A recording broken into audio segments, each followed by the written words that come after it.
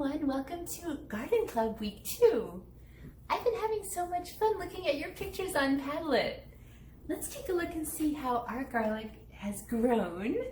So these are the 3 cloves that we planted and all 3 came up. It took a little while, but they did come up and they grew quite a bit in just 1 week. And while they were taking a long time to come up, I was watching my clove sprout. What part of the clove sprouted first? Did you see roots come out first? Those roots came out and then it took a long time for that sprout to finally pop out. So here that is. Not every single clove will sprout, especially the really small ones. So don't worry if not all of them sprouted. Or if yours haven't sprouted out of the ground yet, they might have a lot of roots down in there and they're just getting ready to sprout. Actually, can you see the bottom of this pot? These roots have actually come right out the bottom of the pot. And remember, this pot is biodegradable. So if we had wanted to plant this right in the ground and cover it completely with soil, this pot will decompose and turn back into soil and these roots will just keep growing. So that's pretty neat. So now we're going to still keep on misting our plant and keep it nice and moist.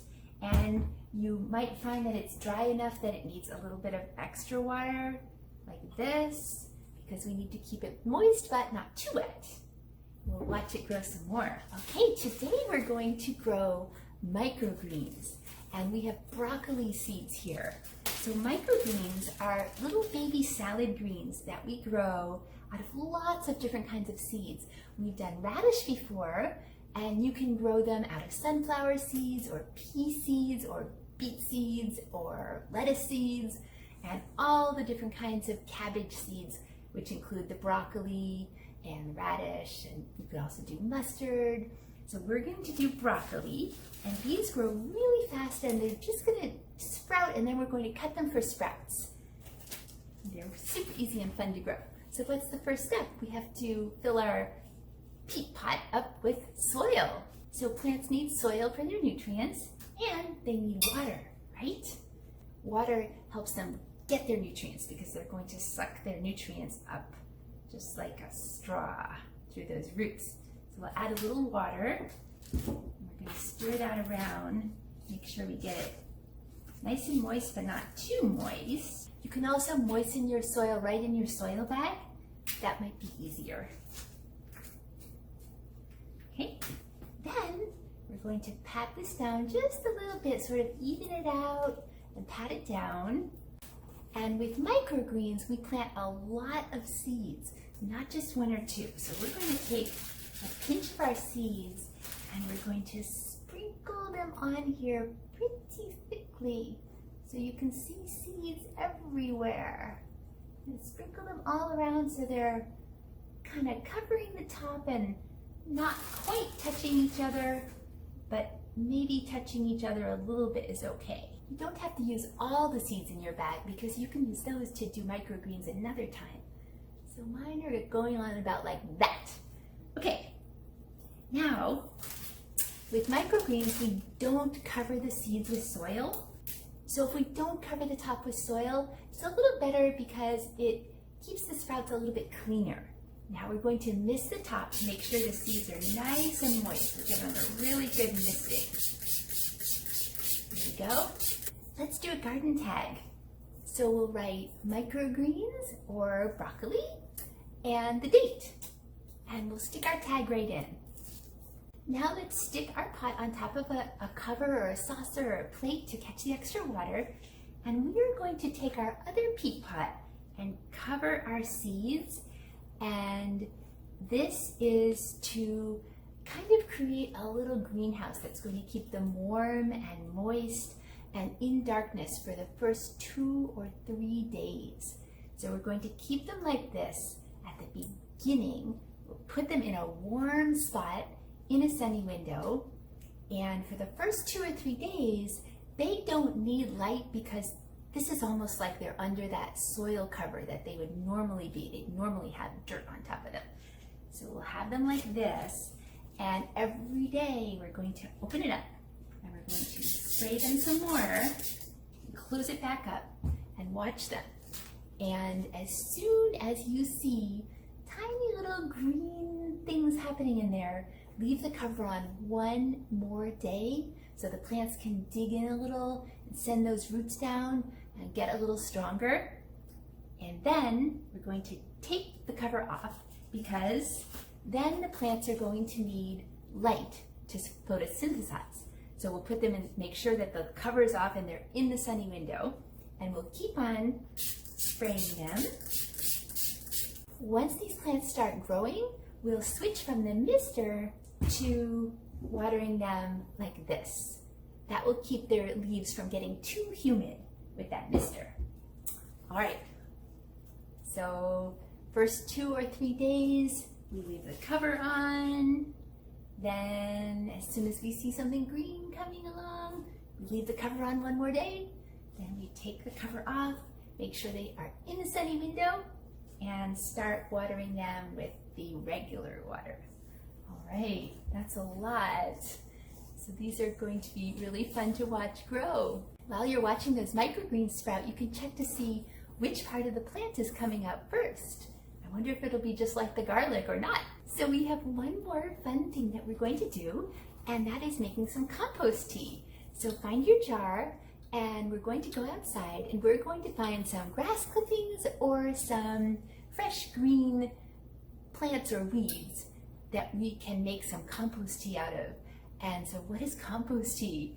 Compost tea is when we let some compost or some fresh green material soak in some water for a few days, and that lets its nutrients get out into the water, and then we can use the water as a homemade fertilizer to feed our plants. So before we go outside, let's go ahead and put a label onto our jar. That's so that nobody comes along and throws out our compost tea. And this is not the kind of tea that we drink. This is the kind of tea that we feed plants. Find your label, write compost tea on there, and the date. So grab your jar and your scissors, and let's go outside, and then we'll come back. Look at this, the garlic that we planted outside is actually sprouting a little bit. Can you see that? It was a warm week, so that would make a big difference. So now you can collect some grass clippings or some green, fresh plants that are weeds that nobody needs. You know, weeds are really just perfectly good plants that are just growing in a place that we don't want them to grow. So I have in this garden lots of plants that are growing in places I don't want them to grow. So I'm going to pick some, and I'm going to put them in my jar. I've got a handful of plants here that are nice and fresh and green, and the greener the better for this. They'll have even more nutrients. So I'm going to put them in my jar. I'm just going to cut them into pieces that will help them decompose faster. And we can use grass or any kind of green, fresh plant. And we'll fill our jar almost to the top. And then we're going to go back inside and we'll put some water in it. The water is going to start to leach some of the nutrients out of the plants into the water. And also, we're going to have some helpful, beneficial, good microorganisms growing in here, and those are going to be decomposers. And those decomposers are going to live in the water, and they're going to start to decompose the plant and release some of those nutrients from the plant into the water. So let's go back inside. Okay, we're back inside. Now let's go ahead and add some water to our compost tea. Now it's full with water, and this is going to allow those microorganisms to start working in there and decomposing and giving those nutrients into the water. So we're going to loosely cover this. We're not going to screw the cover on. Loosely cover it, and every day we're going to take the cover off and give it a quick stir, and that's to get the air into the water, because those microorganisms that are decomposers in there need air to grow. We're only going to soak this compost tea for 2 or 3 days. I'll show you what we're going to do after 2 or 3 days. We're going to strain out the water, which is our homemade fertilizer to feed our plants. So we're going to strain that out, and you'll have to see what color yours is. Then we're going to add water to dilute it and make it less strong. So you're going to add just as much water as you have homemade compost tea. So if this container is halfway filled with compost tea, I'm going to fill the other half with plain water. Okay, and now I'm going to water my plants with it. So I'll put a teeny tiny bit on my garlic, just a little teeny bit on my garlic, and then I'll use the rest of this on my outdoor plants. Any plant that you can find outside that you would like to feed with your homemade compost tea.